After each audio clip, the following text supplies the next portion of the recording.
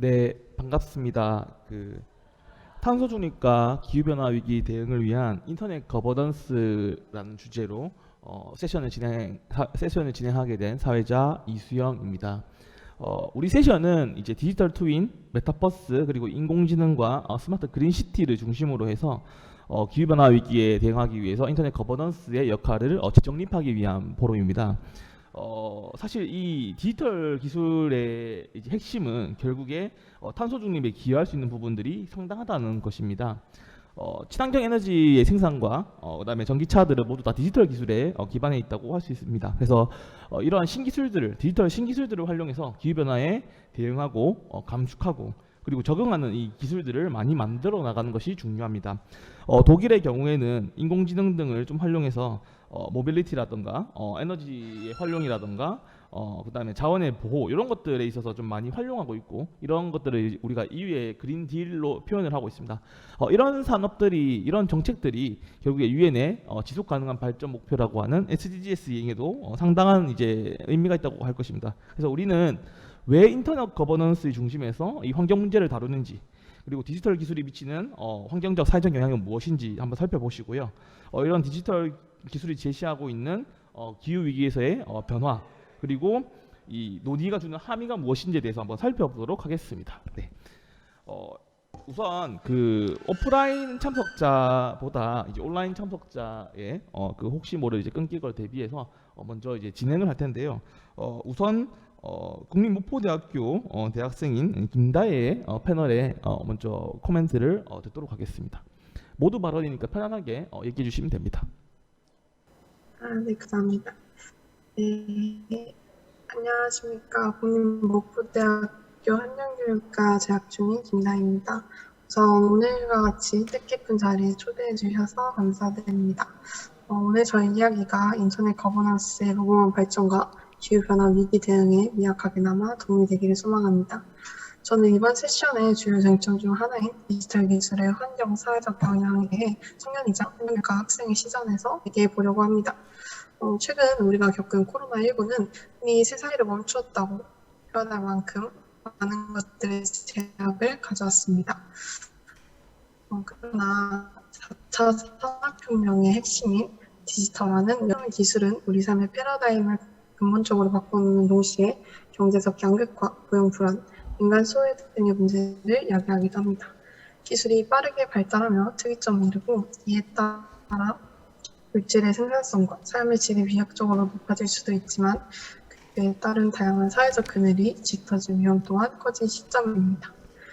디지털 전환은 우리가 피할 수 없는 대세뿐 아니라 대응 여하에 따라 저성장, 양극화, 저후생 등으로 대변되는 환경사회적 문제를 해결하는 가장 중요한 열쇠가 될 수도 있습니다. 그렇게 지속가능 발전 의제 슬로건처럼 디지털 전환이 단 한 사람도 소외되지 않는 방향으로 지속 가능하게 진행될 수 있도록 디지털 기술이 가지고 있는 환경사회적 장점을 극대화하고 민주적으로 활용할 수 있는 체계를 갖추는 것이 중요한 시점입니다. 이와 관련하여 저는 오늘 디지털 기술을 통한 지속 가능 발전 목표 4번 달성, 즉 모두를 위한 포괄적인 양질의 교육 과정에 대해 주로 이야기해 보려 합니다. 2019년 말에 시작된 코로나19 팬데믹은 교육계 전반의 디지털 전환을 촉진했습니다. 코로나 위기 상황에서도 초, 중등 교육을 지속하기 위해 여러 노력이 있었으며 이 과정에서 디지털 기술은 중단 없는 배움을 지원하고 교육 이해 당사자들 간의 소통과 협력을 촉진하며 교육의 새로운 방향을 제시할 수 있는 주 자리답게 되었습니다. 우리나라 역시 전국 초, 중고 학교의 신학기 개학을 연기하고 이후에는 온라인 개학과 전면적인 원격 수업을 추진하였습니다. 그러나 코로나19 상황이 장기화되면서 개인의 학습 환경 등의 차이로 인해 교육 격차가 발생하였습니다. 여기서 언급하는 개인의 학습 환경에는 다양한 요소가 포함되어 있지만 저는 그 중에서도 지역 변인에 따른 교육 격차에 대해 주로 이야기하고자 합니다. 앞서 소개한 것처럼 저는 현재 목포 지역의 사범대학에 재학 중입니다. 이곳에서 학교 생활 및 교육 실습을 하며 교육 소외 지역에서 온 사람들 혹은 디지털 기술을 통해 본인 지역의 교육적 한계를 극복한 사람 등 다양한 사례를 접할 수 있었습니다. 우선 지역 변인에 따른 교육 격차의 원인으로 크게 전문 인력 부족, 지역 내 인프라 부족, 지역 내 기관 간 협력 부족 등을 꼽을 수 있습니다. 각 원인에 대해 좀 더 상세히 살펴보도록 하겠습니다. 첫 번째로 전문 인력 부족이 원인인 경우 온라인 전문가 매칭 시스템 구축, AI 기반 학습 시스템 개발, 난독증 지원 시스템 개발 등을 통해 인력을 대체할 수 있을 것으로 기대됩니다. 더불어 현재 시행되는 온오프라인 멘토링과 인공지능 학습 중용 서비스, 버추어 학습과 온라인 보충 과정 등을 통해 교육 격차가 해소될 수 있으리라 생각합니다. 다음으로 지역 내 교육 인프라 부족이 원인인 경우 지역 내 학습 공간 확보 및 예약 시스템 개발, 지역사회 교육 정보 시스템 구축 등을 통해 인프라를 구축할 수 있습니다. 더불어 현재 시행 중인 모든 학생을 대상으로 하는 학교 정보화 환경 구축 사업과 소외계층 학생을 대상으로 하는 PC 및 인터넷 통신비 지원 사업, 농어촌 지역의 학교 병원, 다문화센터, 지역아동센터, 특수학교 등의 IT와 교육용 어플리케이션 등을 지원하는 사업을 통해 인프라 구축에 기여할 수 있습니다. 마지막으로 지역 내 기관 간 협력이 부족한 경우 매주 체크 마켓 구축과 이추학력 교육 강사 인력풀 관리 시스템 구축을 통해 협력을 증대시켜 교육 격차를 해소할 수 있을 것으로 기대됩니다. 지금까지 디지털 기술을 통한 지속 가능 발전 목표 4번 달성에 대해 중점적으로 다루며 디지털의 환경사회적 영향에 대해 살펴보았습니다. 우리는 기술의 발달로 많은 이득을 얻기도 하였지만 양극화나 인간 소외 등의 문제가 발생하기도 하였습니다. 디지털 기술의 격차는 단순히 격차에서 끝나는 것이 아니라 인식과 생각, 문화 등 사회 격차로 확대되어 소외 현상으로까지 이어질 수 있습니다. 이러한 시점에서 우리는 디지털 기술이 갖는 환경사회적 장점을 극대화하고 민주적으로 활용할 수 있는 체제를 갖추는 것이 필요합니다. 디지털 기술이 가진 다양한 환경사회적 영향력을 통해 단순 한 사람도 소외되지 않는 진정한 지속 가능한 미래가 그려지기를 소망합니다. 이상입니다. 감사합니다. 네, 감사합니다.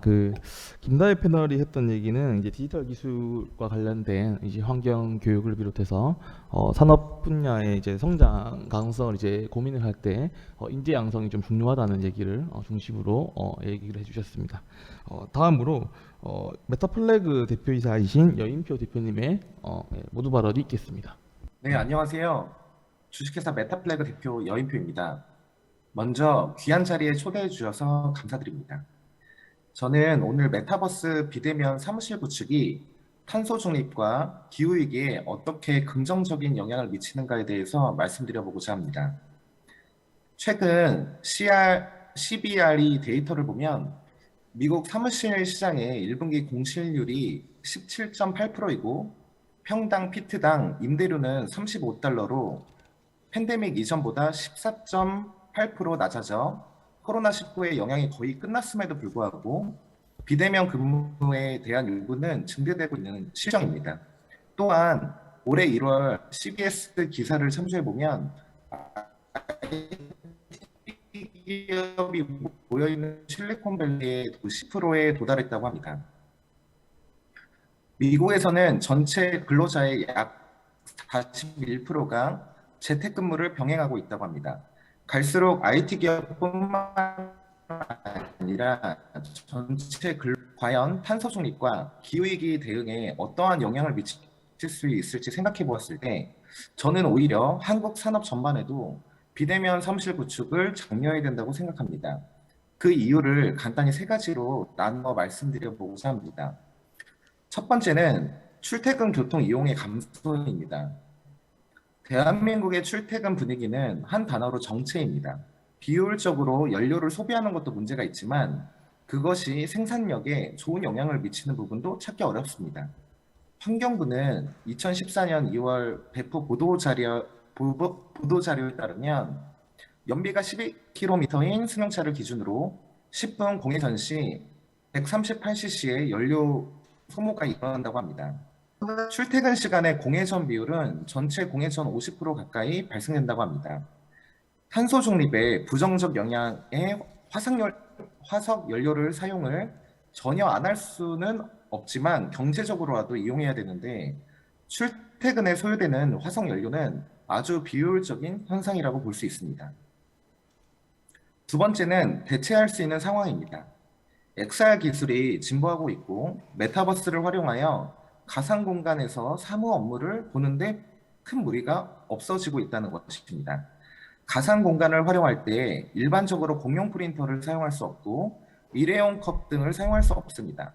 자택근무를 하였을 때는 큰 의미 없는 종이 사용을 줄일 수 있고 적용 기간이 필요하다고 하더라도 한국의 평균 출퇴근 시간은 50분 이상이기 때문에 시간이 걸리는 문제는 오히려 출퇴근 시간을 줄임으로써 부분적으로 해결해 나갈 수 있는 상황이라고 생각합니다. 마지막으로 한국의 IT 글로벌 경쟁력 강화입니다. 메타버스, XR, AI 등 중장년층에게는 활용이 번거로운 것이 사실입니다. 하지만 분명한 것은 현재 10대, 20대는 그렇지 않다는 것입니다. 많이 사용해보고 많이 활용해봐야 국민이 빨리 익숙해지고 적용하고 혁신을 만들어 나갈 수 있을 것입니다. 직관적으로 종이를 사용하지 않고 플라스틱을 사용하지 않는 것이 당장에는 눈에 띄는 탄소 중립과 기후위기를 극복하는 방법일 수 있겠으나 온라인 생태계를 활용하여 하지 않아도 될 것들을 하지 않는 것, 습관적으로 발생되는 사회적 비용을 감소해 나가는 것이 국가 경쟁력에도 큰 이바지를 할 수 있는 건강한 온라인 생태계 구축 과정이라고 생각합니다. 네, 들어주셔서 감사합니다. 이만 마치도록 하겠습니다. 네, 감사합니다.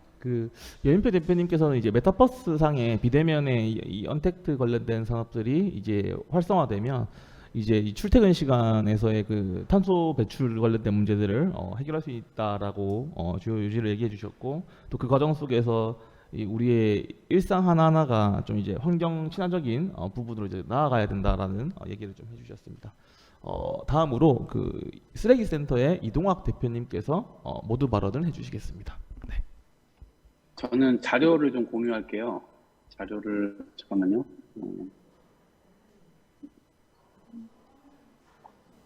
지금 5분 안에 이거 발표하기에는 자료이 좀 많은데 핵심만 좀 말씀드릴게요.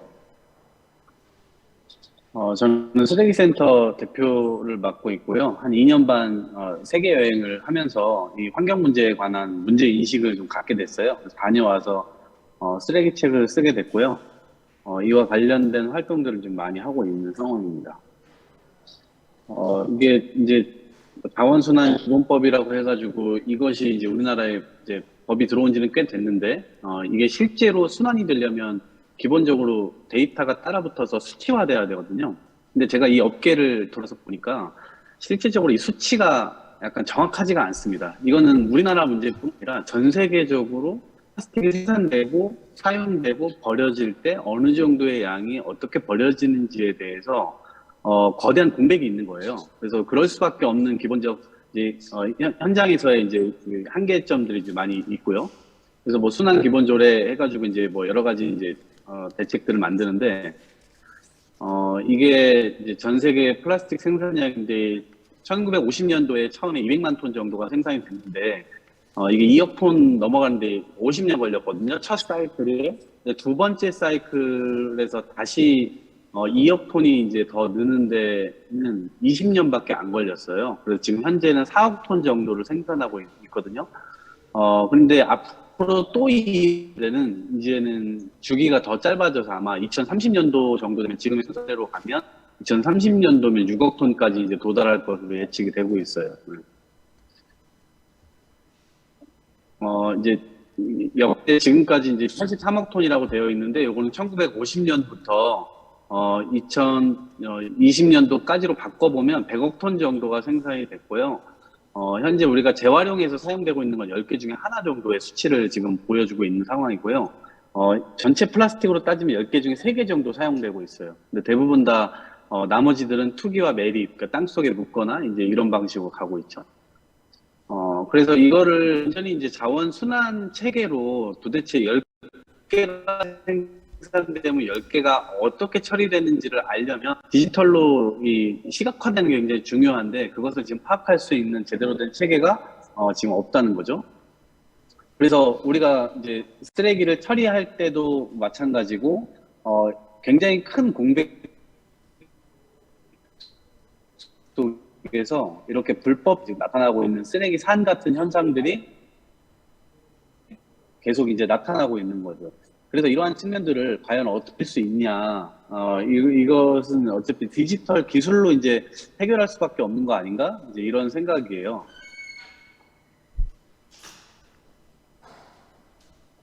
네, 그래서 이게 근본적으로는 이렇게 선형 경제에서 순환 경제로 옮겨가야 된다라고 하는 것이고요. 좀 정리하면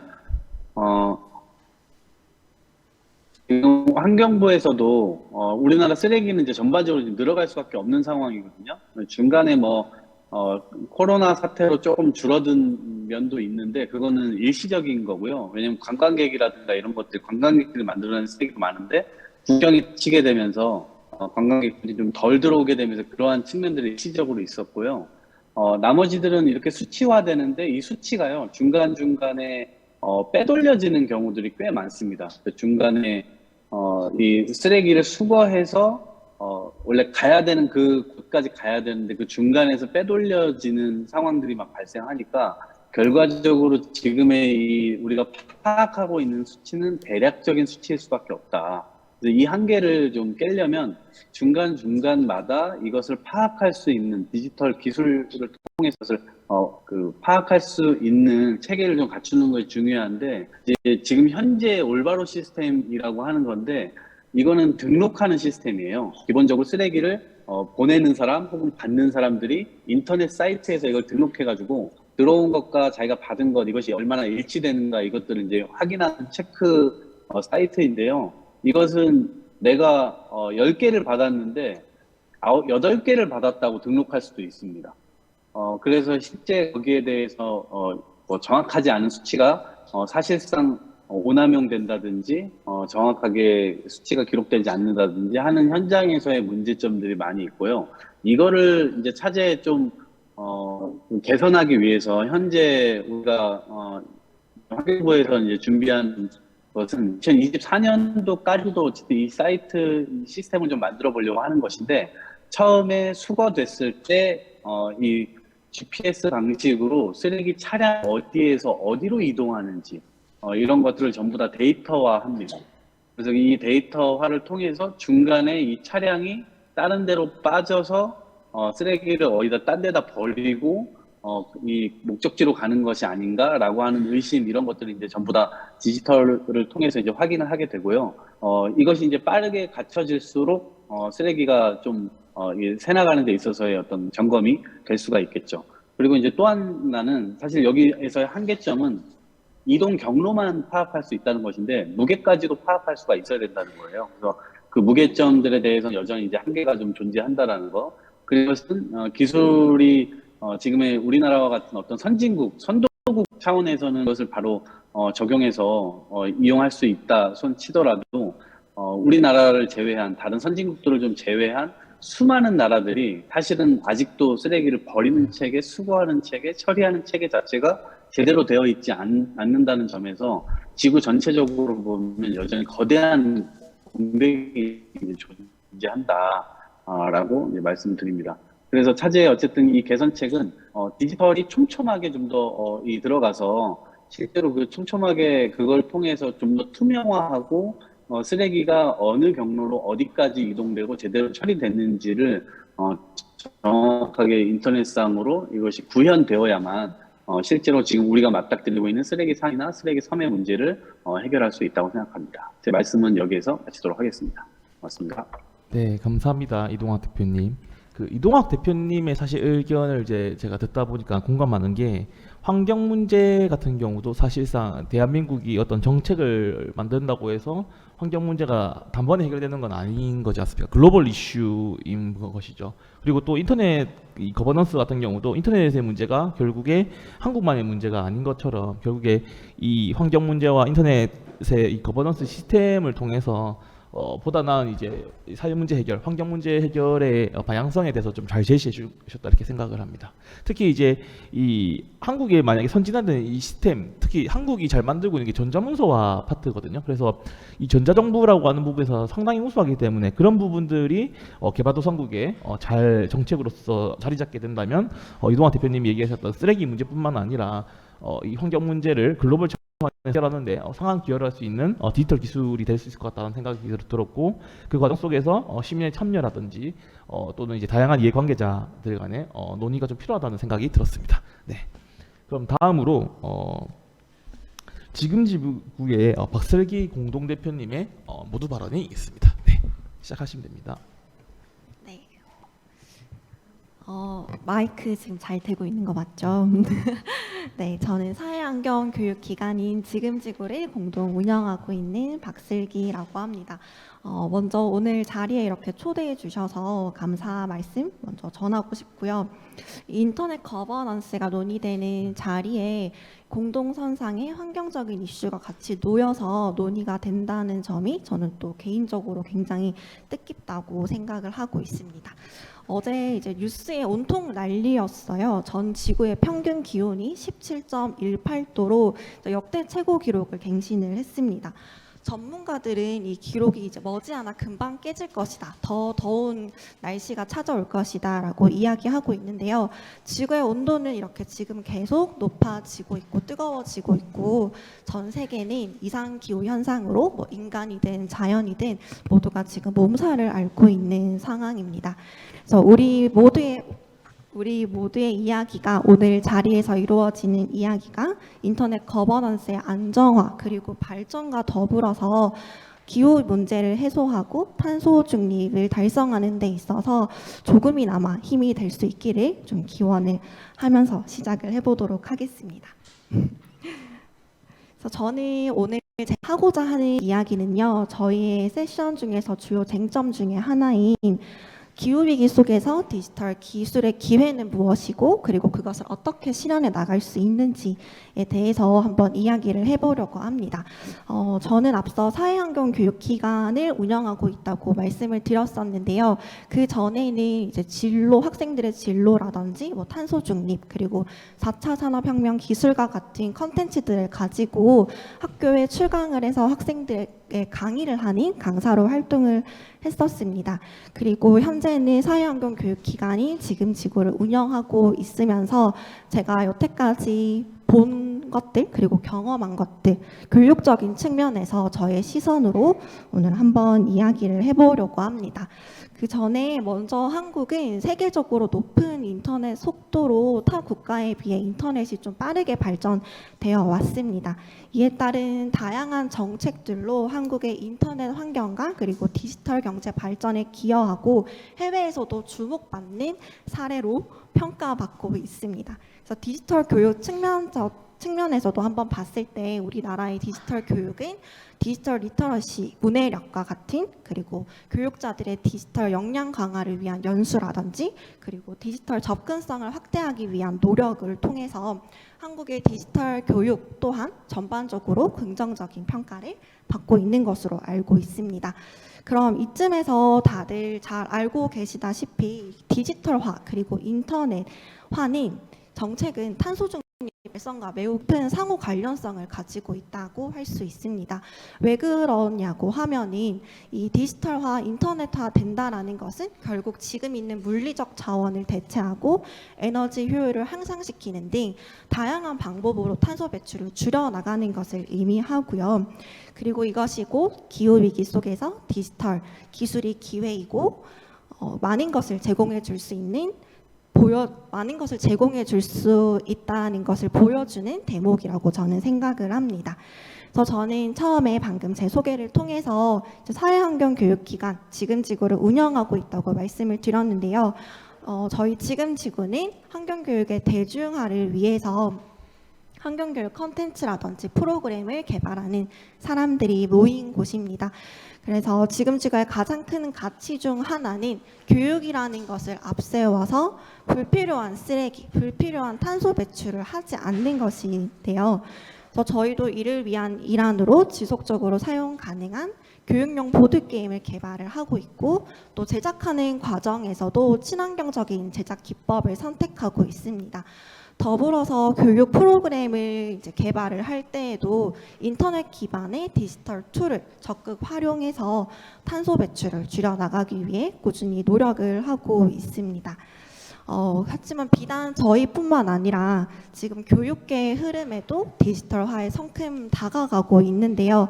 곧 내년부터 2022 개정교육과정이 도입이 됩니다. 초등학교 1, 2학년을 대상으로 이제 순차적으로 도입이 되는데요. 현재 교육과정과 그리고 앞으로 바뀌는 2022 개정교육과정의 가장 큰 차이점을 보면 디지털 대전환 시대에 맞게 디지털이 연결된다라는 점입니다.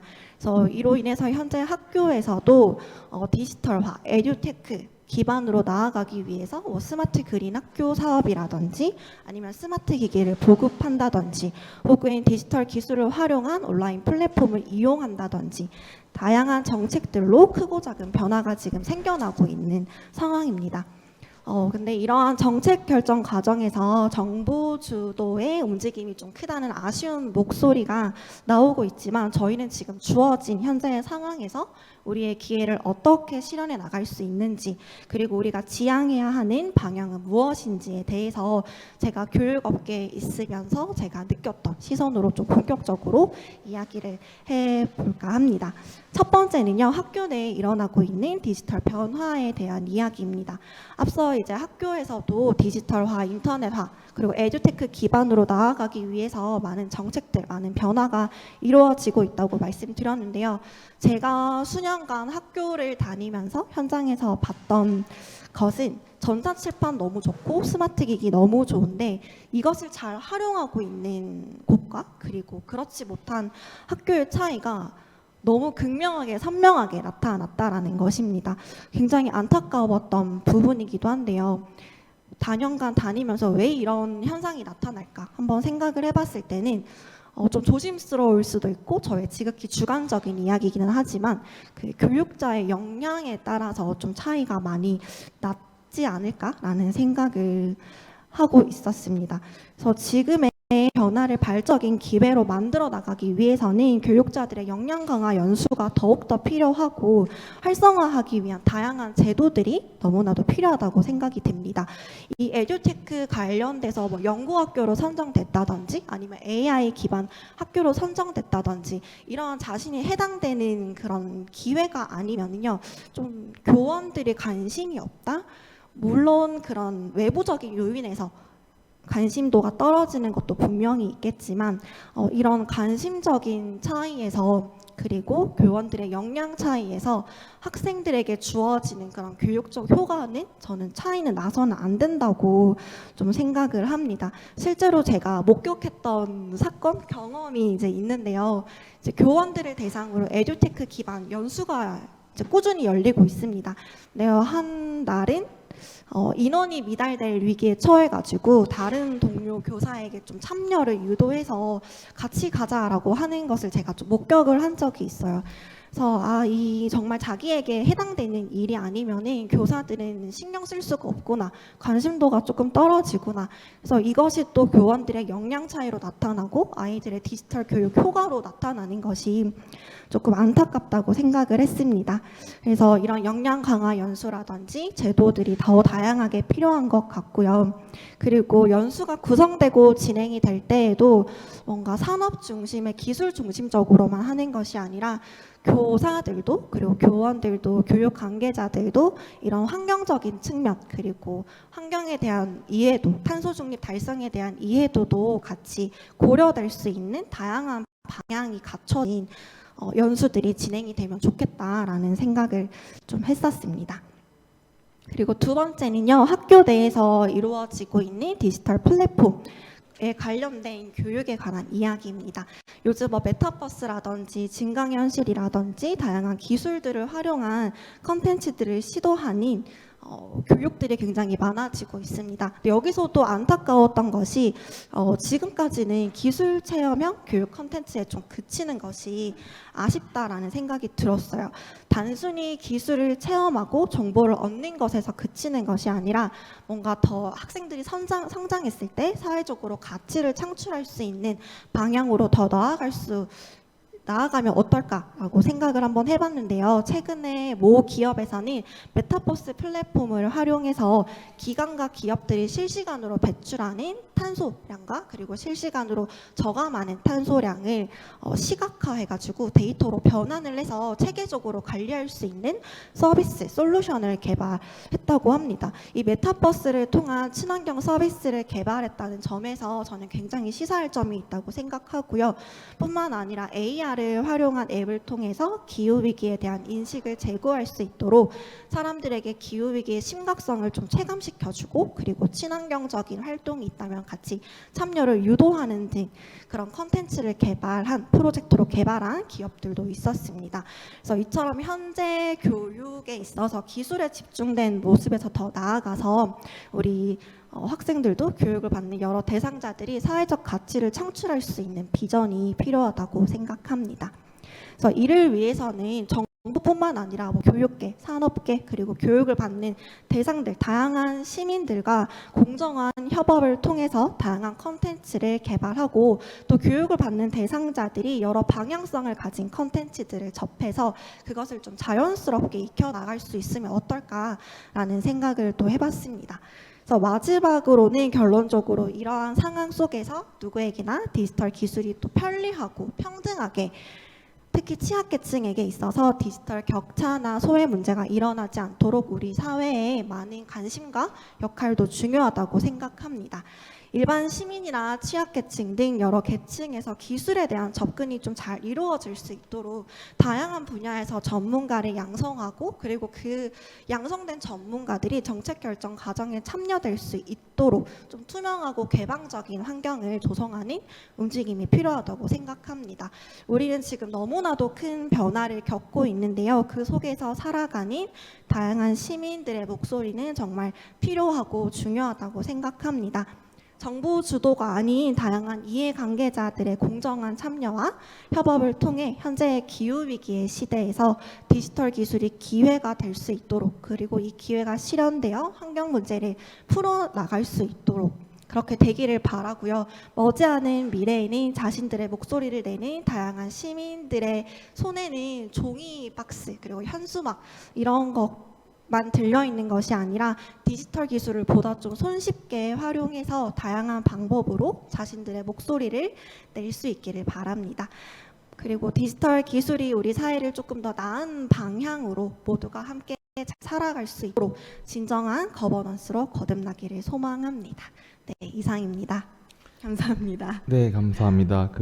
박설기 대표님께서 해주셨던 얘기가 이제 에듀테크에 기반해서 이제 환경 문제 해결 관련된 이제 얘기를 해주셨는데 사실 한국 인터넷 거버넌스 자체가 이제 넷문디알 회의라는 곳에서 결국에 사람을 위한 인권을 위한 것들의 이제 목적이 있고 환경 문제 역시 이제 인권을 위한 어떤 하나의 조치라고 저는 생각을 합니다. 그런 측면에서 공통점이 있고 그렇다면 이제 디지털 기술들을 잘 활용해서 또는 디지털 기술들을 장려해서 또는 인터넷 관련된 공공정책들을 설계하는 과정 속에서 다양한 이해관계자의 목소리를 수렴해서 이것이 환경 문제 전체를 해결하는 데 있어서의 서로 간의 여론 수렴이라든가 또는 합의점을 찾는 데 좀 어떤 기능을 할 수 있다면 저는 이 거버넌스의 의미가 좀 남다를 거라는 생각이 좀 들었습니다.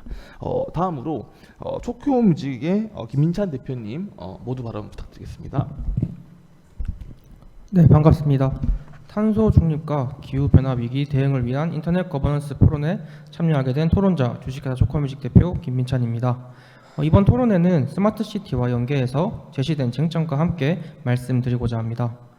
우선 기후위기, 지역 소멸 등 중소도시의 지역 문제를 해결하기 위해서 정부에서는 강소형 스마트시티 4곳을 포함해서 총 14곳의 스마트시티를 전국적으로 조성을 한다고 합니다. 스마트시티는 스마트 도시 조성 및 산업 진흥을 통해서 이러한 도시 경쟁력과 주민 삶의 질 향상을 위해서 건설 그리고 IT 등을 융복합해서 다양한 서비스를 제공하는 도시를 의미합니다. 그래서 이러한 스마트시티의 조성은 기후위기에 대응할 수 있는 전략이 될 수 있습니다. 앞으로 그 이유에 대해서 의견을 말씀드리고자 합니다. 먼저 에너지 효율성입니다. 스마트시티는 첨단 기술과 데이터 기반 시스템 활용을 통해서 에너지 사용을 최적화합니다. 에너지 소비, 낭비, 그리고 관련 온실가스 배출을 줄이기 위해서 스마트 그리드, 지능형 조명 시스템, 그리고 에너지 관리 솔루션을 사용합니다. 에너지 자원을 효율적으로 관리함으로써 스마트 시티는 도시와의 환경적 영향을 완화하는 데 도움을 줄 수 있습니다. 두 번째로 지속 가능한 교통 수단입니다. 스마트 시티는 전기차, 자전거 공유 플랫폼, 효율적인 대중교통 시스템과 같은 지속 가능한 교통 수단을 우선시합니다. 이러한 대안을 홍보하고 지능형 교통 관리 시스템과 실시간 교통 앱 그리고 스마트 인프라와 통합함으로써 도시는 화석 연료 차량에 대한 의존도를 줄이고 대기 오염 또한 줄일 수 있습니다. 세 번째로 자원 관리입니다. 스마트 시티는 효율적인 자원 관리를 위해서 혁신적인 기술을 사용합니다. 센서와 데이터 분석을 사용해서 물, 폐기물 관리 시스템 그리고 기타 자원의 사용을 모니터링하고 최적화합니다. 이 접근 방식은 자원 낭비를 최소화하고 재활용을 촉진시키며 지속 가능한 관행을 지원함으로써 환경에 대한 부담을 줄일 수 있습니다. 네 번째로 기후 모니터링과 적응 프로세스입니다. 스마트 시티는 센서 네트워크와 데이터 분석을 활용해서 기후 패턴, 날씨 조건, 그리고 환경 매개 변수를 실시간으로 모니터링할 수 있습니다. 이 데이터는 극단적인 날씨 사건, 해수면 상승, 그리고 대기질 악화와 같은 기후 관련 위험을 예측하고 대응하는 데 사용될 수 있습니다. 그래서 스마트 시티는 기후 보건 전략을 도시 계획에 통합함으로써 준비와 대응 능력을 향상시킬 수 있습니다. 다섯 번째로 시민 참여입니다. 스마트 시티는 디지털 플랫폼, 모바일 어플리케이션, 그리고 소셜 미디어를 통해서 시민 참여를 강조합니다. 시민들에게 정보와 도구로 권한을 부여함으로써 그들은 지속 가능한 행동을 촉진하고 기후 변화를 해결하기 위한 집단 행동을 유도할 수 있습니다. 예를 들어서 주민들은 실시간 에너지 소비 데이터에 액세스해서 정보에 입각한 의사결정을 내리고 지역사회 주도의 지속 가능한 프로세스에 참여함으로써 녹색 도시 환경에 기여할 수 있습니다. 마지막으로 데이터 중심의 의사결정입니다. 스마트 시티는 도시 계획과 정책 결정을 알리기 위해서 광범위한 데이터 수집과 분석에 의존합니다. 이 데이터 접근 방식을 통해서 개선 영역을 파악하고 인프라 계획을 최적화함으로써 목표 기후 변화 완화와 적응 전략을 구현할 수 있습니다. 증거 기반의 의사결정을 통해서 스마트 시티는 지속 가능한 개발 관행을 촉진하고 생태학적인 발자국을 줄일 수 있습니다. 기후 대응 전략으로 스마트 시티를 성공적으로 구현을 하려면 윤리적인 우려 그리고 개인정보 보호, 기술에 대한 공정한 액세스에 대한 신중한 고려가 필요합니다. 또한 지속 가능하고 기후에 탄력적인 도시 환경을 달성하기 위해서는 혁신과 자금 및 전체론적 접근 방식을 추진하기 위해서 정부와 기업 그리고 학계, 지역사회 간의 협력이 중요할 것입니다. 인터넷 거버넌스는 스마트 시티에서 신뢰할 수 있고 저렴한 인터넷을 보장하는 데 중요한 역할을 합니다. 초고속 인터넷 접속은 스마트 기술의 효과적인 기능과 데이터 수집 그리고 다양한 시스템 간의 통신을 위해 필수적이라고 할 수 있습니다. 강력한 인터넷 인프라와 강대역에 대한 보편적인 접근을 촉진하는 정책은 스마트 시티 생태계를 활성화하는 데 중요한 역할을 할 것입니다. 전반적으로 인터넷 거버넌스 원칙을 스마트 시티 개발에 통합하면 디지털 기술과 연결성이 책임감 있고 포괄적이며 지속 가능한 방식을 활용될 수 있습니다. 인터넷 거버넌스와 스마트 시티 전략을 조성함으로써 정책 제안자는 개인정보 보호와 보안 및 형평성을 고려해서 이를 유지하면서 기후 완화와 적응 노력을 지원하는 강력한 프레임워크를 만들 수 있을 것입니다. 그렇기에 인터넷 거버넌스는 모든 시민이 스마트 시티의 디지털 기술과 서비스에 공평하게 액세스할 수 있는 디지털 포함을 우선시해야 합니다. 정보 격차를 해소하고 경제성 문제를 해결하며 취약한 지역사회의 교육과 자원을 제공하기 위한 노력 또한 함께 필요할 것입니다. 스마트 시티는 접근성과 포괄성을 촉진함으로써 기후 대응 전략이 사회의 모든 부분에 도달하고 혜택을 줄 수 있도록 보장할 것이라고 생각합니다. 이상입니다. 경청해 주셔서 감사합니다. 네, 감사합니다.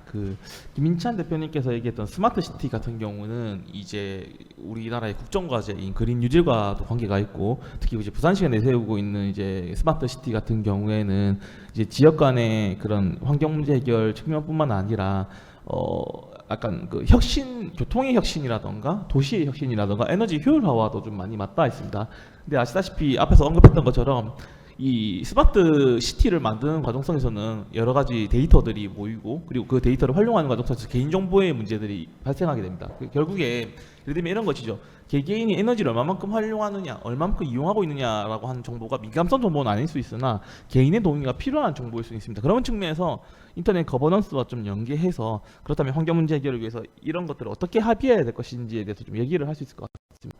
그리고 좀 이제 유의미했던 것 중에 하나는 시민 참여라는 것인데요. 제가 부산정보화진흥원이라는 이제 기관에서 이제 그 SOS 랩, 소위 말해서 이제 리빙 랩이라는 것들에 좀 참여한 적이 있었습니다. 어떤 것이냐면 부산은 바다를 끼고 있다 보니까 이 해양 쓰레기 문제가 아주 심각합니다. 그러다 보니까 해양 쓰레기 문제를 해결하기 위해서 전문가 혼자서 하는 것이 아니라 일반 시민들이 체감할 수 있고 이해할 수 있고 그래서 이 디지털 기술에 좀 더 투자돼야 된다는 이런 공감대 형성을 위해서 약간 리빙랩 서비스의 단계를 밟아서 해양 쓰레기를 수거하고 이를 통해서 이제 우리가 나아가야 될 환경 문제의 방향성에 대해서 얘기를 했었습니다. 저는 사실 그런 활동들이 이 거버넌스, 인터넷 거버넌스의 멀티 스테이크홀더리즘과 상당히 맞닿아 있다고 생각을 하는데요. 그런 측면에서 인터넷 거버넌스가 좀 활성화되기 위해서는 이 사회 문제 해결의 이 과제에서 인터넷 기술들을 활용하는 과정 속에서 여러 가지 의견 수렴이 반드시 필요하고 중요하고 또 지역 차원에서 그리고 국가 차원에서 그리고 글로벌 차원에서도 좀 필요하다 이런 생각들이 좀 들었습니다. 마지막으로 이제 소개해드릴 분은 이제 우짜라고 하는 날씨 스타트업의 이제 대표이신 이제 조영우 대표입니다. 이 조영우 대표 같은 경우는 이 IoT 사물 인터넷에 기반을 해서 그 날씨와 관련된 정보들을 쫙 모아서 기후 문제에 대응하기 위한 어떤 스타트업으로 이제 시작을 하고 있습니다. 정말 모시기 힘들었었는데요. 사실 저는 이런 스타트업이 많이 발전하기 위해서는 결국에 이런 디지털 기술을 활용하는 스타트업, 환경 문제 해결을 하는 스타트업이 잘 성장할 수 있도록 지원하는 것도 필요하다 이렇게 생각을 합니다. 그런 측면에서 조영우 대표님께서 좀 모두 발언을 좀 해주시겠습니다. 감사합니다. 네, 반갑습니다. 저는 오늘 이런 이상기후 위기 대응을 위한 기후변화 대응 기술의 발전을 위해서 이 오늘 진행하게 될 인터넷 거버넌스의 역할과 이에 따른 기술 및 정책 방향 이런 로드맵에 대해서 제안을 드리고자 오늘 발표에 참석을 하게 됐고요. 제 소개를 다시 드리면 이제 저희는 일기예보의 정확도를 올리기 위해서 이런 일기예보에 필요한 장비와 데이터들을 주로 취급하는 즉 일기예보를 좀 도우고 좀 더 정확도를 올리고자 이렇게 사업 모델을 진행하고 있는 우짜입니다. 네.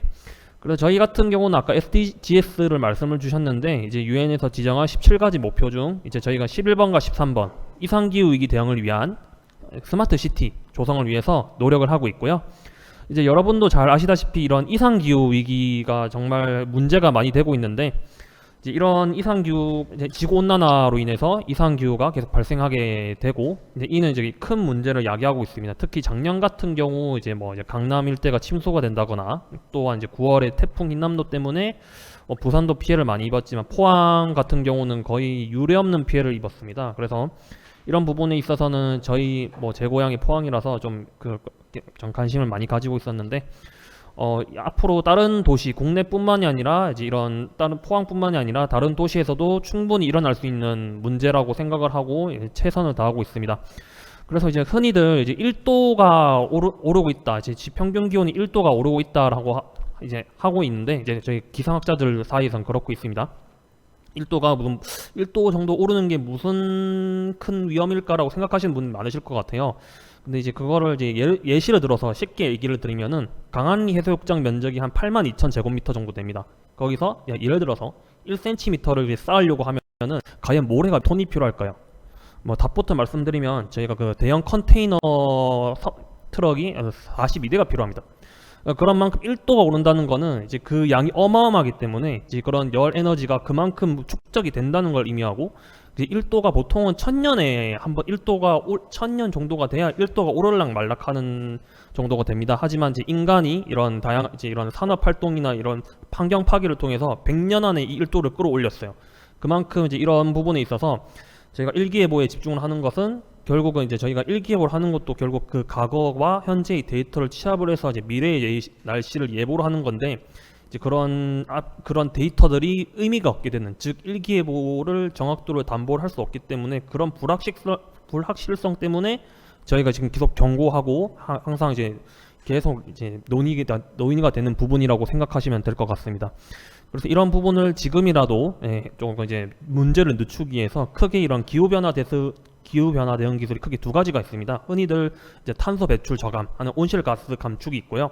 그리고 이런 기후 변화를 적응할 수 있는 적응 기술이 있는데 이제 온실가스 감축은 뭐 쉽게 말씀드리면은 집안에 이런 비닐 하우스처럼 비닐을 계속 하나씩 싸는 형태라 보시면 됩니다. 비닐 하우스 안에 다 들어가 보셔서 아시겠지만 굉장히 덥죠. 그만큼 열을 잘 저장을 하는 것이고 이게 이산화탄소가 그 역할을 굉장히 잘 수행을 합니다. 그런 부분에 있어서 이산화탄소의 배출을 저감을 하거나 포집 혹은 이제 이런 격리라고 하는데 흔히들 이게 쓰레기가 있으면 쓰레기통에 넣는 것처럼 이런 탄소를 안에 격리, 즉 이제 쓰레기통에 넣는 이런 기술이라고 보시면 될 것 같습니다.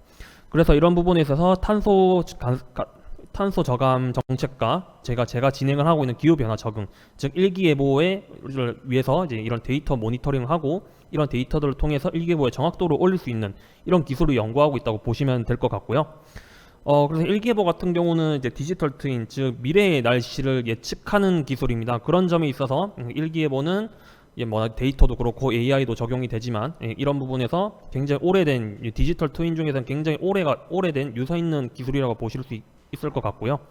그게 이제 이런 일기예보도 크게는 저희가 데이터를 필요로 한 관측과 이 데이터를 통해서 흔히 슈퍼컴퓨터가 사용되는 해석, 그리고 이런 슈퍼컴퓨터가 계산한 이런 수치 예보 모델이라서 알고리즘, 흔히 생각하시는 이제 거의 공식이라고 생각하시면 됩니다. 그런 공식을 저희가 데이터를 넣고 계산을 해서 예보가 아닌 예보를 하게 되는 이런 세 가지 프로세스가 진행이 되게 되는데, 저희는 이 1번 관측에서 저희가 이런 다양한 데이터들, 기상청에서 운영하는 데이터들과 저희가 이제 자체적으로 수집하는 이런 데이터들을 통해서 다양하고 빅데이터 정확한 데이터를 통해서 일기예보의 정확도를 올리는 이런 사업을 한다고 봐주시면 될 것 같습니다. 그래서 이런 데이터를 통해서 이제 이런 이상기후 위기 대응을 하고 있는데요. 특히 저는 우리나라에서 이런 이상기후 적응 기술이 굉장히 이제 최적화되어 있다고 생각을 하는 게, 다들 이제 흔히 일기예보가 틀리네, 정말 안 맞네라고 하실 겁니다. 하지만 기상청도 사정이 있는 게, 우리나라는 단언컨대 세계에서 가장 일기예보를 하기 어려운 나라입니다. 그 이유는 삼면이 바다이고, 그리고 또 이런 산맥이 또 국토의 70%를 차지하는 거 들어보셨을 거예요. 그 이유는 이제 이런 물과 그다음에 대기의 흐름, 그리고 열 에너지가 이런 날씨 조건을 결정하게 되는데, 이는 이제 날씨에 영향을 많이 줍니다. 또한 이제 기단이라고 해서 대형 공기 덩어리가 한 4개 정도가 있는데, 이거는 이제 각자 이제 쉽게 말하면은 이제 약간 흔히 기단이라고 해서 맛집이라고 생각하시면 될 것 같습니다. 이제 흔히 이제 기단은 보통 한 나라에 하나 정도가 있는데, 우리나라는 4개가 있죠. 그래서 이제 흔히들 이제 예를 들어서 오늘 무엇을 먹을까 라고 예시를 들면은, 이제 그 집에서 뭐 이런 집이 음식점이 하나가 있으면 그 집에 가서 먹겠죠. 하지만 4군데가 있으면 이걸 과연 어떤 음식을 먹을까를 예보를 하기 굉장히 어렵습니다. 이제 그런 부분에서 쉽게 얘기를 드리면 그런 말씀을 드릴 수 있고요. 그리고 이런 인터넷 거버넌스에서 이제 이런 부분에서 날씨가 굉장히 중요한 게, WMO 세계 기상기구에서는 이런 인터넷 통신과 같은 규격과 장비의 규격을 전부 이제 국제 표준화 시켰습니다. 그런 부분에서 이제 표준화해서 잘 되어는 있지만, 다만 이제 이걸 숫자로 나타내기 어려운, 예를 들어서 오늘 안개가 얼마 정도 꼈는지 이런 부분에 있어서는 아직 이런 정량화 숫자로 나타낼 수 없기 때문에 저희가 하는 것도 결국은 이제 크라우드 데이터, 즉 시민들이 있어서 이것도 저희 말고도 다른 스타트업에서 많이 하고 있는 기술인데, 이런 조그만 휴대폰에서 자체적으로 가지고 있는 센서를 통해서도 저희가 이런 데이터를 수집을 할 수가 있습니다. 그런 부분이 있어서 이제 저희가 이제 위치 정보와 그 지역의 환경 정보를 알 수 있으면 그 데이터를 가지고 이제 일기예보에 활용을 할 수가 있게 되고, 이는 이제 일기예보의 정확도를 올릴 수 있게 되는, 즉 미래의 이런 이상기후를 좀 미리 정밀하게 예측을 해서 좀 피해를 조금이라도 저감할 수 있는 이런 기술을 연구 개발하고 있다고 봐주시면 될 것 같습니다. 그래서 그런 경우에서 이제 이런 부분에서 결국 일기예보도 AI가 적용이 되고 빅데이터가 적용이 되고, 또 이런 또 탄소 포집 기술이나 이런 기술과 이제 다양한 이해 관계자들의 도움이 필요합니다. 그래서 이런 부분에서 이제 기상 쪽은 이제 이런 인프라가 굉장히 다 비싸기 때문에 이제 인공위성이나 뭐 이제 슈퍼컴퓨터 대당 100억에서 수천억 원 하는 어긋나는지 이런 부분에서 관공서만이 여태까지는 진행을 했었어요. 그래서 물론 이제 그런 비용이 굉장히 비싸기 때문에 그런 부분에서 이제 스타트업이 좀 굉장히 진입하기 어려웠지만 지금은 이제 관공서만이 해결할 수가 없습니다. 그래서 저희 이런 관공서, 중앙기관, 정부기관이뿐만이 아니라 저희 같은 스타트업과 일반 시민들의 이제 이런 다양한 참여를 통해서 이런 이상기후 위기 대응을 헤쳐나갈 수 있다고 생각합니다. 네, 저도 이제 발표는 여기까지 마무리하면 될 것 같고요. 네, 경청해 주셔서 감사합니다. 네, 감사합니다. 사실 이제 조용우 대표님의 얘기를 들으면서 저는 정말 유의미하다고 생각했던 것들은 이 날씨에 대한 정보를 잘 모으는 것 자체만으로도 차후에 만약에 요즘은 기후 위기라고 하는 것이 재난과도 연계가 되어 있기 때문에 조기에 경보를 해서 이 문제를 좀 해결할 수 있다면 사람을 지키는 거버넌스 시스템을 좀 만들 수 있다고 생각을 합니다. 그런 측면에서 인터넷 정책들 그리고 이제 디지털 정책들 그리고 그린 이슈들에 대해서 같이 융합적 관점에서 좀 바라볼 필요가 있다 이런 생각들을 했었습니다. 잠시 이제 쉬어가는 타임으로 제가 간단한 얘기를 하나 좀 더 추가적으로 질문을 드린데요. 여러분들 혹시 그 ICT 기술을 좀 활용하게 되면 세계 온실가스 배출량이 약 몇 퍼센트 정도 줄 거라고 생각하십니까? 몇 퍼센트일까요? 네. 무려 15%라고 합니다. 그러니까 디지털이라고 하는 이 기술이 결국에 환경 문제를 당장 해결할 수는 없지만 환경 문제의 심각성을 최소한 늦출 수 있다는 거죠. 그렇기 때문에 우리는 예를 들면 농업 문제라던가 해양 문제 같은 것들, 특히 보건 문제에서도 충분히 대비를 할 수 있는 시간을 벌게 되는 겁니다. 이 보건 문제 같은 경우는 최근에 코로나를 통해서 증명을 했었습니다. 기후 문제는 결국에 우리의 먹거리뿐만 아니라 우리의 삶 그리고 우리의 건강, 복지 전반에 대한 부분과도 연계되어 있기 때문에 결국에 이 ICT 기술에 집중하고 이 ICT 기술을 바탕으로 해서 인터넷 정책들이 더욱더 발전하기 위해서 이런 발전된 정책들이 더욱더 우리 사회의 문제라고 하는 환경 문제에 기여하기 위해서는 인터넷 거버넌스와 같은 다양한 이해관계자의 그 의사결정 절차가 매우 중요하다고 얘기를 드릴 수 있을 것 같습니다. 왜냐하면 사실 그 환경 문제라는 게 정부가 일방적으로 정책을 결정했다고 해서 그 문제를 정부의 결정을 그대로 따르는 건 아니지 않습니까? 결국에 이해가 필요한 겁니다. 어떤 게 있었냐면요. 처음에 환경부에서 이 아이스팩을 재활용할 때도 또는 어떤 우리가 사용하고 있는 물병 같은 것들을 이제 재활용해서 옷을 만들 때도 이거를 왜 내가 굳이 뜯어가지고 써야 돼? 왜냐면 옛날에는 여기 다 그 테이프가 있었거든요. 근데 요즘 다 하얗게 씁니다. 그리고 특정 업체를 좀 걸어서 그렇지만 제주 삼다수 아시죠? 제주 삼다수는 이 병뚜껑 색깔도 하얀색입니다. 왜냐하면 이 작은 플라스틱도 하나도 활용하기 위해서 이제 다 그렇게 했거든요. 근데 병뚜껑을 왜 다르게 하면은 브랜드의 차이를 두려고 하는 겁니다. 그래서 이 제주 삼다수 같은 경우는 음각이라고 하죠. 요 물통에 있는 모양을 바꿔서 이제 활동들을 했었습니다. 근데 사실 그 과정 속에서 이 작은 병뚜껑을 모아서 기부해서 이것을 이제 재활용할 수 있도록 하는 그런 시민 참여 같은 것들은 결국에 시민사회 또 함께해야 되는 일인 것이고 또 기업들도 그런 가치에 공감을 해서 리사이클되는 이 경제가 잘 돌아가야 된다는 측면에서 이 거버넌스 포럼의 이 환경 문제가 정말 중요하다라고 한 번 더 얘기 드릴 수 있을 것 같습니다. 사회자인데 제가 말이 좀 많아서 죄송합니다. 지금 이제 모두 발언이 끝났는데 혹시 추가 발언을 하실 그 온라인상에 그 패널 분들 계시겠습니까? 네. 혹시 이동학 대표님이나 뭐 여인표 대표님 아니면은 네. 혹시 추가 발언 하실 건가요? 네. 김다혜 네. 패널님.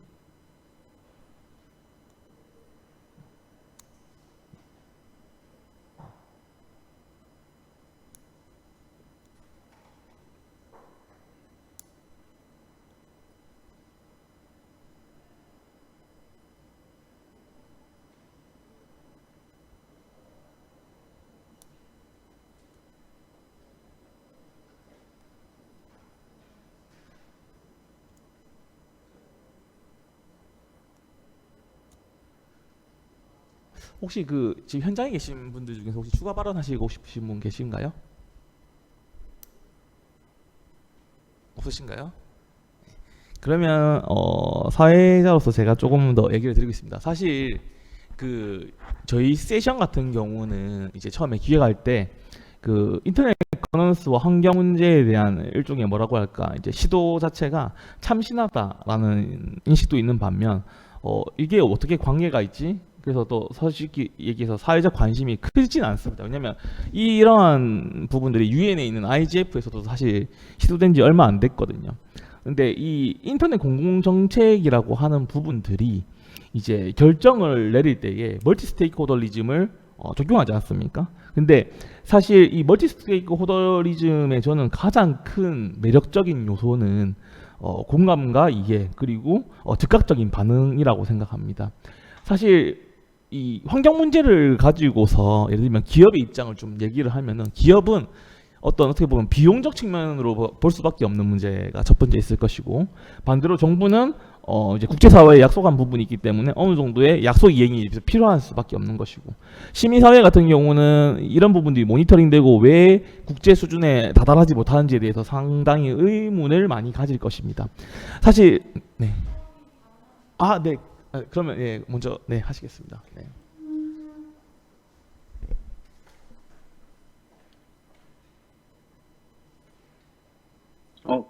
말을 끊고 할 생각은 아니었는데, 네, 괜찮습니다. 말씀을, 네. 저는 좀 궁금한 게 두 가지가 있어서요. 하나는 우리 그 지금 지구 발표해 주셨던 우리 김 대표님하고, 그다음에 우리 김다혜 환경 교육과 우리 대학생 분께도 질문을 좀 드리고 싶은데, 현장에서 실제로 지금 저도 초등학교, 중학교, 고등학교 또 교사 대상 뭐 학교뿐만 아니라 굉장히 많은 곳들을 돌아다니면서 이제 저도 환경 교육을 지금 하고 있는 상황인데 환경 강사 수급이 지금 원활하지 않은 상태예요. 그러다 보니까 현장에서는 실제 그 강사 수급에 굉장히 어려움을 겪고 있고 그것으로 인해서 결국 지금 학교 현장에서의 어떤 교육이나 이런 것들은 그냥 분리배출 좀 뭐 이런 정도의 수준 으로 가고 있는 상황이거든요. 그래서 이것이 예를 들면 어떤 로드맵이나 지금 이제 그 뭐 교대에서 혹은 지금 현업에 계시면서 이것이 로드맵이나 어떤 향후의 어떤 개선 방안 혹은 발전 방안 이런 것들에 대한 이야기를 조금 더 구체적으로 좀 들어보고 싶고요. 그다음에 아까 여인표 대표님이었나요? 저희가 스마트 시티 관련해서 향후에 탄소 중립 관련돼서는 어쨌든 에너지를 어떻게 얼마만큼 재생 에너지로 이것을 전환할 거냐, 그리고 지금 석탄 화력 발전소 이걸 어떻게 얼마만큼 빠르게 좀 줄일 수 있을 거냐, 그래서 실제로 청정 에너지가 얼마나 많이 들어올 거냐 이렇게 그 구조화가 되어 있는데 앞으로 디지털 사회로 변환하면 할수록 에너지가 사실은 더 필요하게 될 거 아니겠습니까? 지금도 도시화되는 속도가 너무나 빠르고 더 많은 사람들이 지금 도시 들고 있고 그 도시에서는 에너지가 계속해서 필요한 상태로 가고 있는데 이거 디지털로 탄소 중립을 한다 이것도 사실 그 구조적으로는 모순관계에 있는 거 아닌가 이거에 대한 판단이나 이런 것들을 좀 어떻게 하고 계신지 그것도 좀 얘기를 좀 들어보고 싶습니다.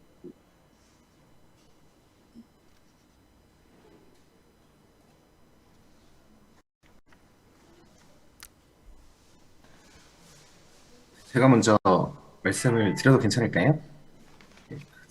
네,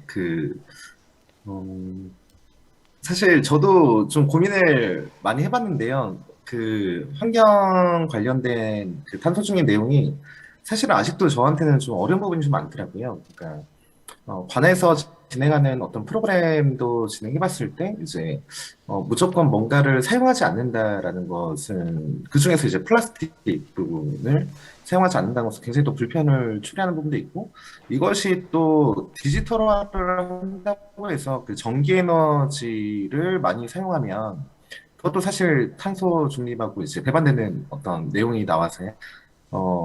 그래서 지금 제 머릿속에 가진 생각들이 근본적인 문제를 해결한다고 생각하지는 않지만, 저는, 좀 여기저기 좀 여쭤봤을 때, 사람들이 이렇게 뿌려져 산다고 해야 되나요? 이렇게 단독주택처럼 이렇게 사는 것보다 그 아파트 단지에 모여있을 때 오히려 그 연료율이 더 높다고 말씀해 주신 분도 계셨었고, 그리고, 일단 제가 생각하는 거는 그 출퇴근 문제만 없어진다고 하더라도 이게 굉장히 습관적이고 반복적이고 그 많은 에너지를 어쩌면 쓸데없이 사용하는 부분인데 이런 것들을 하나하나 이제 줄여나가면서 적응하면서 아, 이런 식으로 좀 줄여나갈 수 있겠구나라는 것들의 아이디어가 좀 도출되면 어떨까라고 개인적으로 좀 생각이 좀 들었었거든요. 그런 과정에서 제가 말씀드렸던 부분은 이제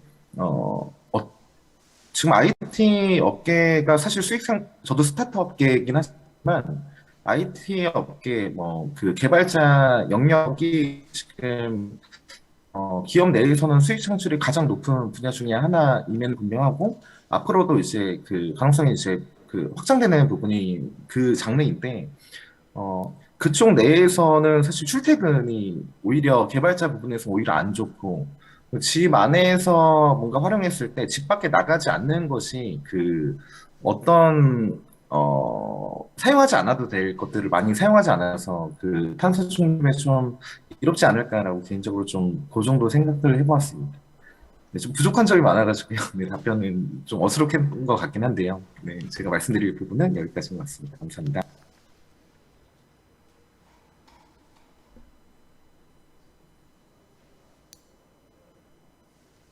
김다혜 학생님도 한번 네. 현실적으로 지금 교대를 환경교육학과를 다니고 계신데 이것에 대한 전망이나 혹은 향후에 지금 이제 환경교육법이 좀 제정되면서 어쨌든 이제 필수 과목화되고 선생 계획으로 가고 있잖아요. 근데 이 부분이 지금 현재 앞으로 이제 투입되시기도 할 것이고 그 계획이나 뭐 이게 로드맵 이런 것들에 대한 이야기도 좀 들어볼 수 있을까요? 그래서 이제 환경교육과에 대한 전망에 대해서 말씀 주신 거 맞으실까요? 네, 네네. 환경교육 자체가 이제 환경교육과가 전국에 이제 현재 4개밖에 없을 정도로 확실히 좀 수가 적은 경향이 있지만 말씀 주신 것처럼 이제 법도 많이 제정되고 이제 사람들의 인식도 높아가면서 네, 전망이 조금 더 좋아진 편이긴 하지만 그래도 전체적인 전망을 봤을 때는 이제 다른 분야에 비해서 조금 늦게 주목을 받은 편이 없지 않아 있는 것 같기는 합니다. 그렇지만 이제 말씀 주신 것처럼 이제 많이 저쪽에서도 주목을 하고 있고 이제 교육 과정을 개정할 때도 이제 환경 자체가 약간 가당적인 특성을 띠고 있기 때문에 약간 그 교육과정 편성에 있어서도 논의가 많이 되긴 했지만 이제 환경 자체에 그 환경 교과목 독립적인 자체의 중요성도 강조가 되고 있기 때문에 전망은 전체적으로 볼 때 이제 좀 더 많이 나아지고 있다고 말씀드릴 수 있을 것 같습니다. 이상입니다.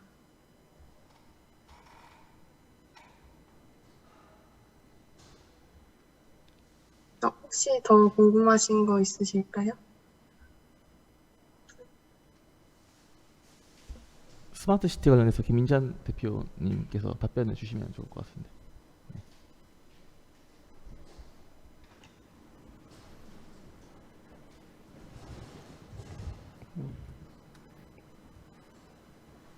혹시 요약해서 한 번만 더 부탁드려도 될까요?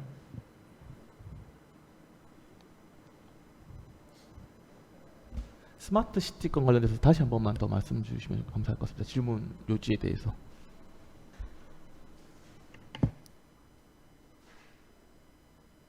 제가요? 아까 제가 궁금했던 건, 그러니까 이제 어쨌든 지능형 도시로 간다. 그리고 도시의 이 숫자는 지금 더 많아지고 있는 상황이고, 그 도시는 더더욱 커지고 있는 상황이잖아요. 메가시티까지 가고, 지금 뭐 10개라면 앞으로 향후에 또 30개까지 늘어나고, 사람은 도시로 계속 몰려들고, 그러면 지금 기계가 IoT화 되고 있고 그것을 충전해야 되는 에너지는 훨씬 더 많이 필요하게 되는 상황이에요. 그럼 이걸 디지털화하면 할수록 탄소 중립에 관해서는 좀 더 멀어지는 거 아닌가라는 생각이 모순 관계로 들어가는 거 아니냐 이제 이런 생각도 좀 들더라고요. 근데 이게 지금 그 지능형 도시와 관련해서 탄소를 덜 배출할 수 있는 건지 아니면 더 배출하는 시스템으로 가는 건지 그것에 대한 상관관계는 어떻게 되는 건지 이런 것들이 좀 궁금해지더라고요. 그거에 대한 판단은 어떠신지에 대해서 좀 궁금합니다. 네, 말씀하신 부분에 대해서 답변을 드리자면 우선 저는 현재 정부 정책에 기반해서 현황에 대해서 데이터를 수집한 뒤에 토론문을 작성을 했고요. 지금 정책적으로 봤을 때 말씀해 주신 것처럼 기계가 IoT화되고 충전해야 하는 에너지가 증가할 수 있다라고 말씀을 해주셨는데 이 스마트 시티가 조성되기 전, 그러니까 이제 증기 기관이나 이런 걸 활용했을 때 가속도 되는 속도와 그리고 현재 IoT화를 통해서 스마트 시티화를 하는 속도를 비교했을 때 현재는 약간 과도기에 있다고 생각을 합니다. 그래서 원래 기존 3차 산업혁명 시대, 2차 산업혁명 시대의 기술로 쭉 나아갔을 때 지구의 온도 변화, 탄소 증가량과 현재 지금 과도기를 지나면서 해당 부분을 줄이고 이러한 인프라를 구축하는데 소모 비용을 비교해 봤을 때 향후 10년, 20년 후에는 이러한 비교 수치가 확연히 차이가 날 거라고 개인적으로 생각을 하고 있습니다. 저는 이런 식으로 질문자분께 의견을 드리고 싶습니다.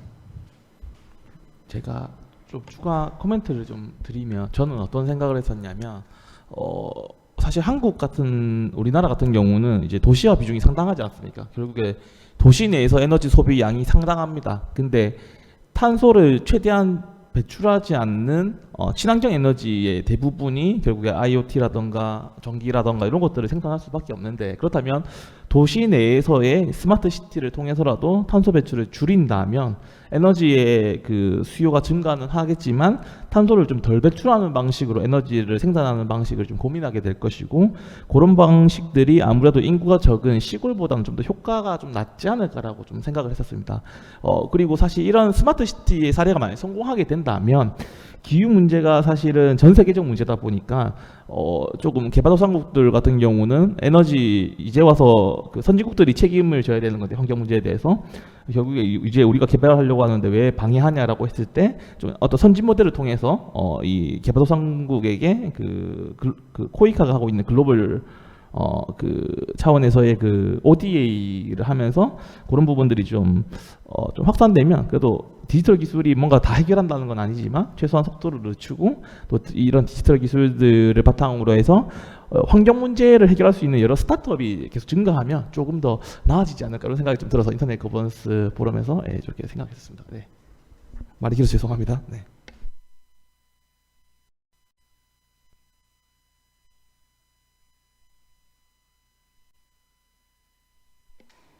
혹시 충분한 답변이 됐을까요? 혹시 더 추가적으로 혹시 패널들끼리 저 아까 그 이동학 대표님께서 환경교육 강사에 대한 부족한 문제를 저한테도 질문을 하셨었는데, 그 김다혜 패널분과 더불어서 또 저희의 이야기를 한번 해보면은 말씀 주신 것처럼 지금 환경교육을 할 수 있는 강사가 너무 부족합니다. 지금 환경교육사라는 자격이 있어요. 환경부에서 이제 자격을 주고 양성을 하고 있는데 그게 이제 시작된 지 너무 얼마 되지도 않았고, 그 김다혜 패널분께서 말씀해 주신 것처럼 이제 이런 이슈가 환경 이슈가 된 게 얼마 되지 않았다 보니까 양성된 강사 자체가 너무 부족한 실정인 것 같습니다. 그리고 뭐 저희와 같은 사회환경교육기관뿐만 아니라 학교도 환경교사가 너무 부족한데요. 저희 같은 경우에는 이제 어떻게 하고 있냐면은 환경공학을 전공하거나 혹은 환경과 관련된 전공을 한 학생들과 조금 협업을 해서 저희 팀원들과 같이 협업을 해가지고 강사로 나가기도 하고요. 그리고 이것을 좀 보완할 수 있는 문제로는 환경이라는 문제가 단순히 뭐 자연, 진짜 환경에만 국한되어 있는 것이 아니잖아요. 뭐 사회라든지 경제라든지 말씀 주셨던 기술 부분이라든지 다양한 그런 주제들과 연관되어 있는 거기 때문에 하물며 경제에도 연결이 되어 있고요. 그래서 다양한 분야와 조금 융합을 해서 환경 교육을 강사를 양성할 수 있는 그런 제도들도 좀 만들어졌으면 좋겠습니다. 그리고 더불어서 요즘 학교에서도 환경교육에 대한 관심이 높아지고 있어요. 환경교육이 이제 의무화가 되면서 관심이 높아지고 저희에게도 요청이 많이 들어오고 있는데 학교의 그런 중요 요구사항 중 하나가 좀 젊은 강사, 젊은 교육을 할 수 있는 좀 젊은 컨텐츠를 가지고 있는 것들을 많이 원하세요. 근데 기존에 환경 교육을 하셨던 분들은 이제 뭐 수비라든지 생태라든지 이러한 주제들로 많이 하셨던 분들이기 때문에 저희가 이제 학교에 출강 의사를 내비쳤을 때는 조금 뭐 불편해하시거나 전문성이 있냐, 혹은 조금 좀 비교적 뭐 젊은 컨텐츠는 없냐, 젊은 강사들을 출강해 줄 수는 없냐라는 그런 게 있어서 진짜 융합해서 여러 주제들을 융합한 강사들을 양성하고, 그리고 환경 교육사뿐만 아니라 또 다른 자격 제도들도 만들어서 환경 강사들이 많아져서 이런 교육에 맞는 공급 수요를 잘 맞출 수 있는 그런 상황이 되었으면 좋겠습니다. 그리고 저도 그 이동학 대표님에게 질문이 하나 있는데요. 쓰레기 관련된 책도 쓰시고 뭐 세계 여행을 하면서 많이 보시고 실제로 교육도 나가고 계시고 많은 활동을 하고 계신데, 저희가 쓰레기와 관련된 환경 교육을 할 때 조금 느꼈던 한계는 자원순환, 그리고 뭐 업사이클링, 리사이클링 이런 주제들로밖에 좀 다가갈 수가 없더라고요. 학생들에게 교육을 하는 입장에서는. 그래서 혹시 이 너머의 교육을, 자원순환의 측면에서 이 너머의 교육을 할 수 있는 그런 뭐 방법이라든지 아이디어라든지 혹은 대표님이 하고 계신 것들이 있는지 좀 궁금합니다. 네, 이 쓰레기 문제와 관련해서는 사실 쓰레기라고 하는 그 환경 교육을 할 때 쓰레기라고 하는 단어는 탄소로 바꿔도 무관한 것 같아요. 제가 생각할 때. 어쨌든 인간의 행동과 활동으로 인해서 이 소비 경제를 계속 지탱해야 되기 때문에 그 쓰레기나 탄소의 발생은 멈출 수가 없는 것이고, 그렇다면 이 쓰레기를, 그러니까 소비를 하더라도 쓰레기를 발생시키지 않을 방안에 대한 부분도 좀 필요한 것 같아요. 크게는 두 축인 것 같은데, 그러니까 지금 말씀해 주신 대로 쓰레기가 발생했을 때 어떻게 처리할 거냐.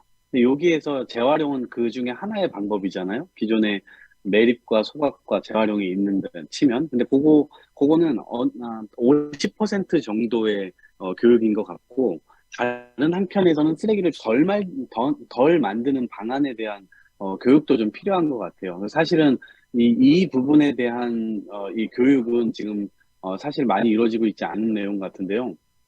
제가 최근에 이제 중국도 다녀오고 했는데 중국 같은 경우에는 애초에 쓰레기가 발생되지 않을 만한 사회 시스템이 많이 갖춰져 있어요. 물론 그럼에도 불구하고 쓰레기 굉장히 많이 나오고 있는 나라이죠. 근데 이를테면 이 재사용 체계나 그 다회용 체계 이런 것들을 사회적으로 공유 경제로 어떻게 녹여낼 거냐.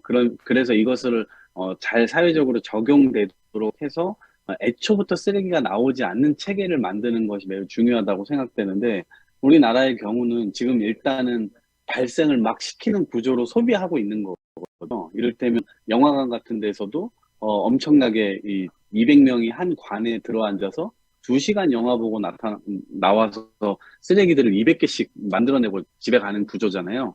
그러니까 그 체계를 처음부터 발생되지 않는 다회용 체계로 바꾼다든지 이러한 내용에서 그거를 예를 들면 청소년들이, 어린이들이 직접 그 방법을 찾아볼 수 있도록 이제 구상해 보는 거죠. 그래서 직접 그 아이디어를 고안해내게 하고 처음부터 발생시키지 않을 방안들에 대해서 그 아이템도 선정하도록 하고, 자기네들이 그것을 어떻게 줄일지 아이디어를 발표하도록 하고, 그 과정을 통해서 사실은 쓰레기는 발생될 수밖에 없는 것이고 그걸 어떻게 처리할까만 고민을 했었다면 아예 고민의 폭을 그 원인 단계에서부터 좀 높이는 교육. 네, 그래서 그 챕터도 상당히 흥미롭게 아이들도 청소년도 시민들도 많이 받아들이더라고요. 그리고 최근에 뭐 리필 뭐 도시 전략 해가지고 이제 제가 지자체나 이런 데서 많이 이제 자문을 하고 있기도 한데 그 쓰레기가 처음부터 나오지 않을 방안에 대해서 해야만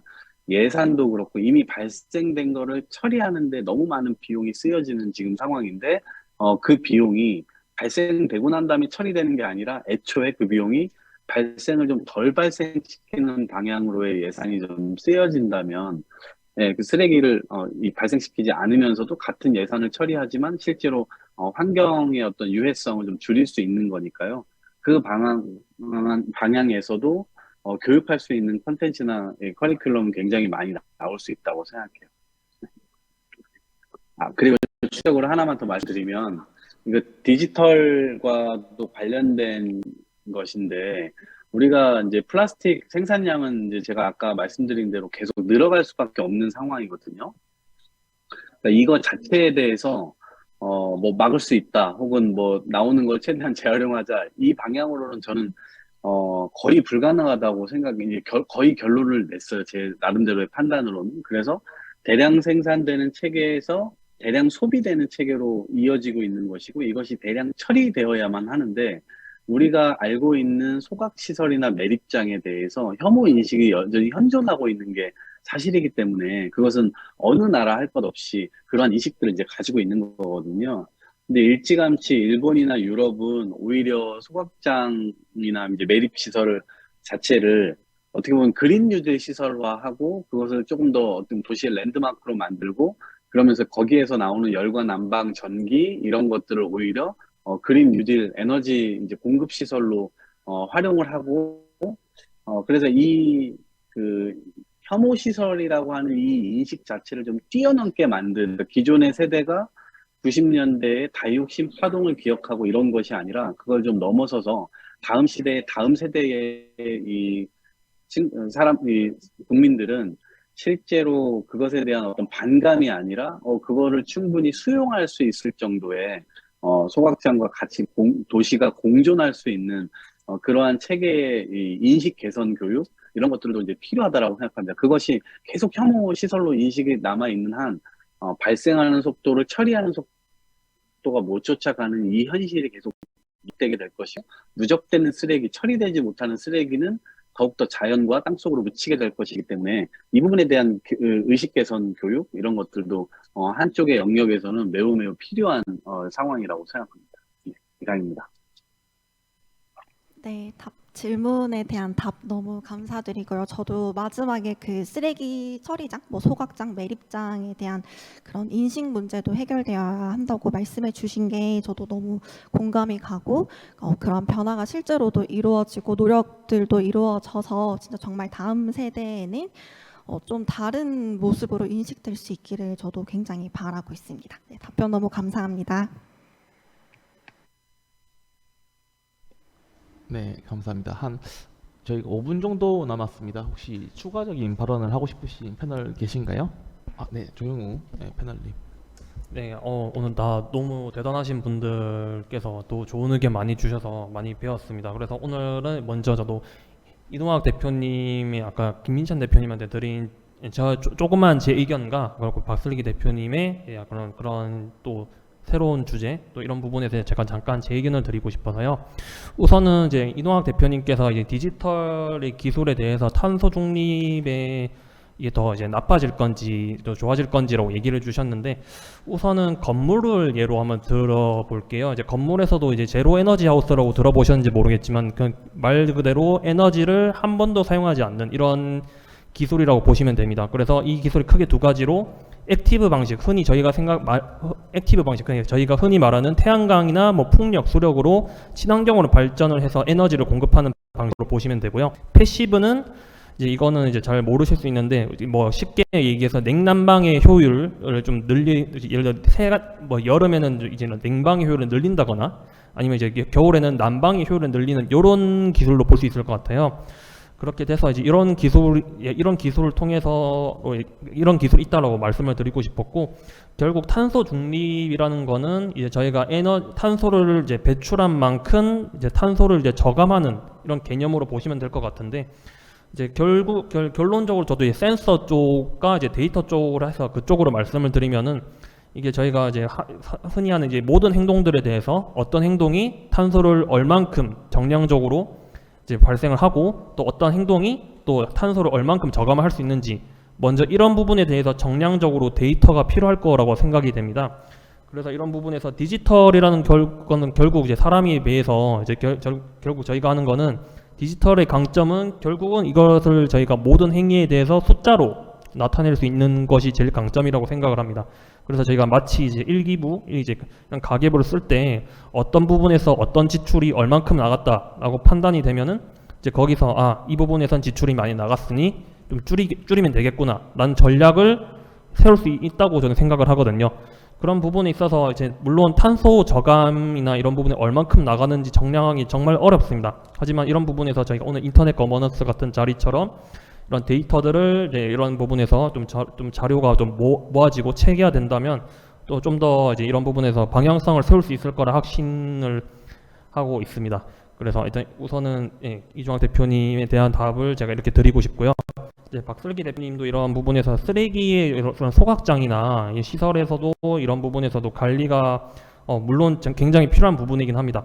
그래서 이제 저희도 이제 협업하고 있는 환경과학원에서 이제 계속 최근에도 나오는 이슈인데 요즘은 이제 흔히 미세 플라스틱이라고 해서 이제 보면 이제 정말 미세한 플라스틱입니다. 예를 들어서 이런 컵에서 이런 컵에 이제 플라스틱이 깎이고 깎여서 이제 수십억 개에서 수천 개, 최소 수천 개에서 수십억 개 이런 덩어리로 쪼개진다고 생각하시면 될 것 같은데 흔히들 이제 제가 이제 인천 앞바다나 이런 데서 이제 한번 실험을 했을 때 저도 놀랬던 게 다 기준치 이상으로 나왔습니다. 전국에 있는 바다가 이 미세 플라스틱 덩어리가 전부 WHO 기준치 이상이 나왔습니다.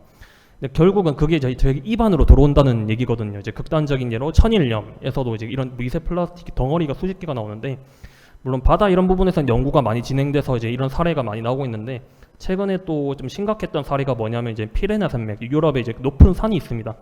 그쪽에서는 이제 산 꼭대기에 미세 플라스틱 덩어리가 대량으로 발견이 됐어요.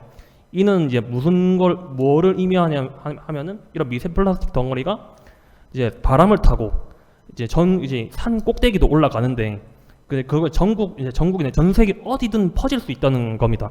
근데 결국은 그렇게 되면은 저희가 어떻게든 저희가 섭취할 수밖에 없는 거고 중금속 같이 이제 이거는 자연적으로 배출을 할 수가 없습니다. 그런 부분에 있어서 이제 그런 미세 플라스틱이 이제 인체에 얼만큼 영향을 미치고 이런 또 해결을 하려면 또 이런 다양한 각지에서 이런 이해 관계자들의 연구와 또 의견이 필요하다고 지금 실이 판단되기 때문에 이런 부분에서 한번 의견을 드리고 싶었습니다. 굉장히 심각한 문제거든요. 네, 이상입니다. 네, 감사합니다. 혹시 추가 발언 마지막 하실 분 계신가요? 네, 안 계시면 제가 한 마디만 더 드리고 이제 끝내겠습니다. 저희가 이제 인터넷 정책을 결정할 때 사람 중심으로 이제 해야 된다, 신뢰할 수 있어야 된다 이런 얘기들을 좀 많이 하고 있습니다. 결국에 저는 이 인터넷 정책이 설계 과정 속에서 사람을 좀 중심에 두는 것처럼 디지털 기술을 활용하는 과정 속에서 환경에 중심을 두고서 어떤 거버넌스 시스템을 잘 구축해서 그린 거버넌스가 만들어지고 환경 문제를 해결하는 데 있어서 디지털 기술들이 잘 활용될 수 있도록 거버넌스에 참여도 해주시고 협력도 해주신다면 충분히 저는 이런 포럼의 자리가 계속해서 이루어져서 환경 문제와 인터넷 정책들이 같이 갈 수 있는 것이라고 생각합니다. 그래서 오늘 좀 바쁘신데도 불구하고 이렇게 좀 시간 내주셔서 이렇게 환경 문제와 인터넷 거버넌스 이슈를 함께 다뤄주신 패널분들께 감사 인사를 드리면서 오늘 이것으로 세션을 마치도록 하겠습니다. 감사합니다.